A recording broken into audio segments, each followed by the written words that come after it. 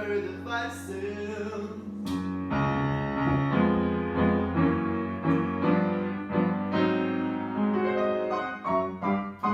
Brought to you by Riviere-Anderson, Enrique-Indenne.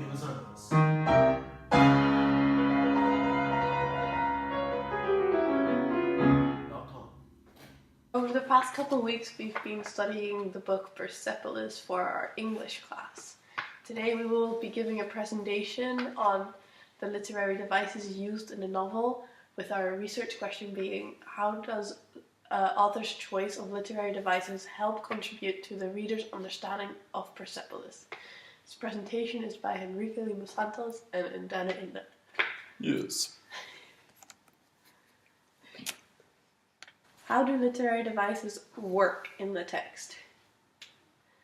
Narrative structure. The graphic novel Persepolis follows the life of Marjane Satrapi. The novel is written in chronological order following the events in Marjane's life, starting from when she was 10 years old. The narrative voice. There are 3 narrative voices in this graphic novel. One is the 10-year-old Marjane Satrapi, also known as Margie, who is at first the protagonist of the story. Another is the adult Marjane, who acts as the narrator of the story throughout the book. The last voice is Marjane Satrapi, the author of the book. The fact that the 3 voices are the same person may seem redundant, but it's important to note that these are all the same person in different stages of her life. Therefore, for every narrative voice, a new perspective is added. In early stages of the book, the author uses a lot of similes and personification, as children often like to relate topics to other objects, to try and see more sense in them. For instance, the revolution is like a bicycle. When the wheels don't turn, it falls. You can find this quote on page 12. As the book progresses, the narrative voice changes to Marjane, where she is no longer a child. When this change occurs, you see a change of literary devices. Less similes and less personification is used. Instead, literary devices such as verbal irony is found. Margie, is it you? No, this is her mother. Ha ha ha. This is a small part of panels found on page 263 of a phone call between her and her friend. Literary devices found in Persepolis. The first one is a hyperbole, which is an exaggeration of statements not meant to be taken literally. The second one is a simile, which is a comparison between objects or statements using the words like or as. The third one is a personification, which is the act of giving human qualities to inanimate objects. And the fourth one is verbal irony, which is sarcasm.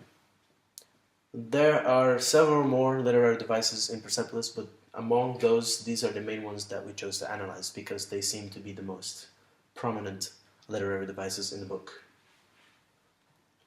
Symbolism is also very present in the Persepolis graphic novel, but another group will be analyzing symbolisms by itself. Hyperbole. The example that we chose for hyperbole is the quote as follows. That dose should have been enough to finish off an elephant. This quote was told by Marjane's therapist, in page 275. A hyperbole is an exaggerated claim or statement not meant to be taken literally, to add emphasis to the point being made. In this excerpt, Marjane had gotten back from Austria, expecting to be relieved to be back home. However, to her surprise, Marjane felt lost and alienated, as if no one understood her struggles. Marjane sought many ways of help until she was prescribed antidepressant pills. She found that they only worked while they were in effect. As soon as they were off, the withdrawals would be so bad that she became more depressed than she already was. Because of this predicament, Marjane was running out of ideas, so she decided to kill herself.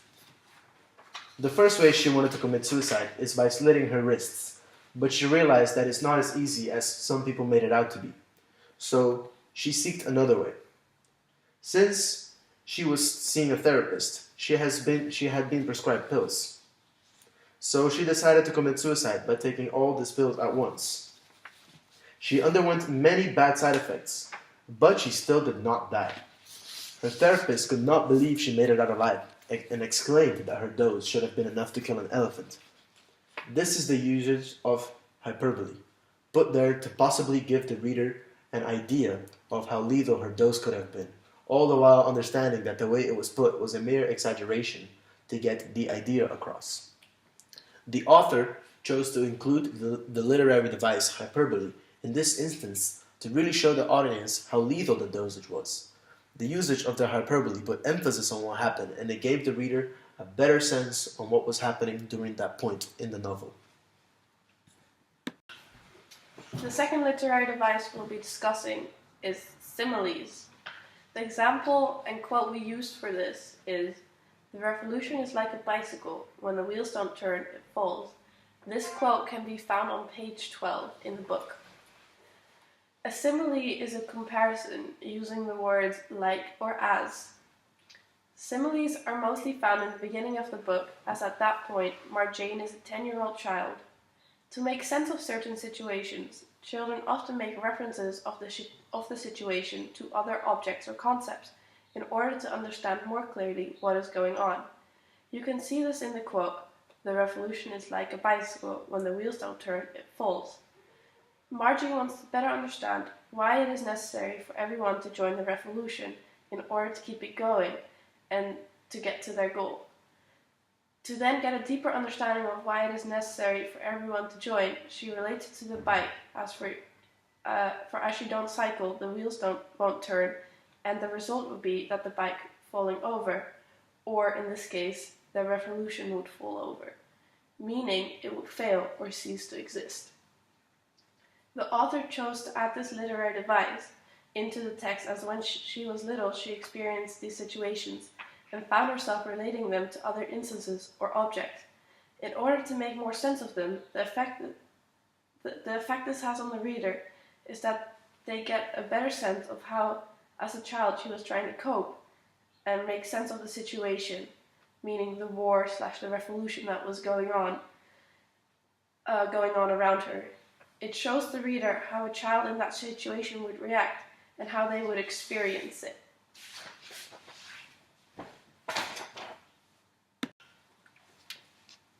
After a long sleep of 2,500 years, the revolution finally awakened. This quote can be found on page 14. Personification means to give human qualities to something that is inanimate. And that is exactly what's going on in this quote. This quote means that the people of the nation that Margie was in kept quiet for such a long time until a new Shah, Reza, came to power. His new outrageous policies angered many people, so they took action against him, and as a result, there were many casualties from both sides. A revolution is something caused by a group of people who oppose a general belief, but the revolution itself is not a person or a group of people. Therefore, it cannot awaken or sleep, as the quote described. The revolution was given human qualities in young Margie's perspective because that is the way she understood back then. The author chose to use this literary device in this instance because this is likely how she envisioned the thoughts and logic of a younger version of herself would be like, as well as because this is a friendly way that the reader understands the point that she is trying to make. Our fourth and final literary device in this presentation is verbal irony. For this we use the passage and quotes, "Margie, is it you? No, this is her mother. Ha ha ha ha."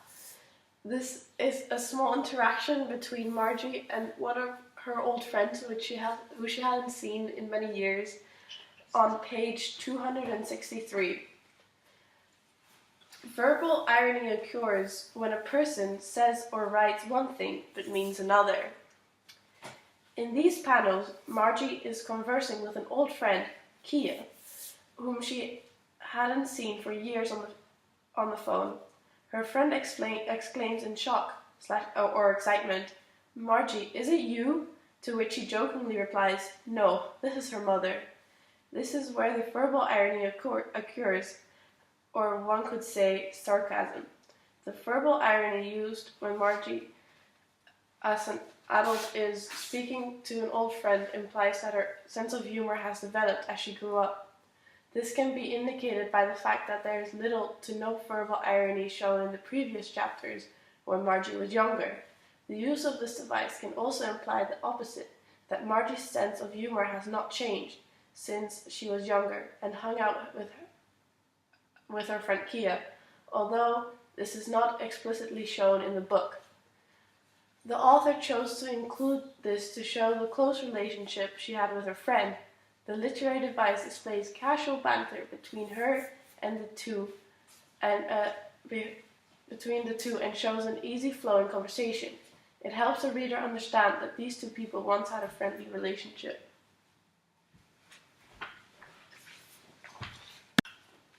Conclusion. So from all the points being made throughout this presentation, we have come to the final conclusion. The usage of literary devices can add emphasis to a point that the author is trying to convey. Literary devices can also assist the reader or the audience to further understand and comprehend the text at hand. As Marjane grows up into an adult and goes through different phases, there is a distinct difference in the literary devices she utilizes. For example, you can see that the use of similes is found a lot in the beginning of the book. However, it starts to appear less as she grows up. And as the book progresses, she becomes more mature and more serious and starts speaking more eloquently, using more sophisticated words in the vocabulary. This can be speculated because she learned through her years and she has acquired a new personality, and as a result, she uses different literary devices, such as verbal irony.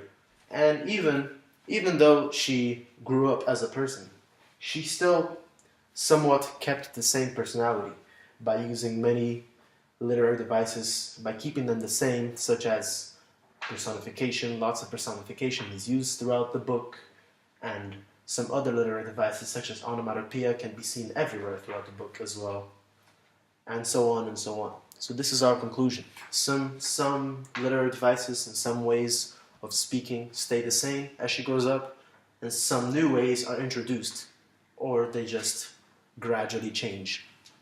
So this was a presentation, and to USA, farewell, friends. This was a presentation. I hope you enjoyed it, 'cause I sure did.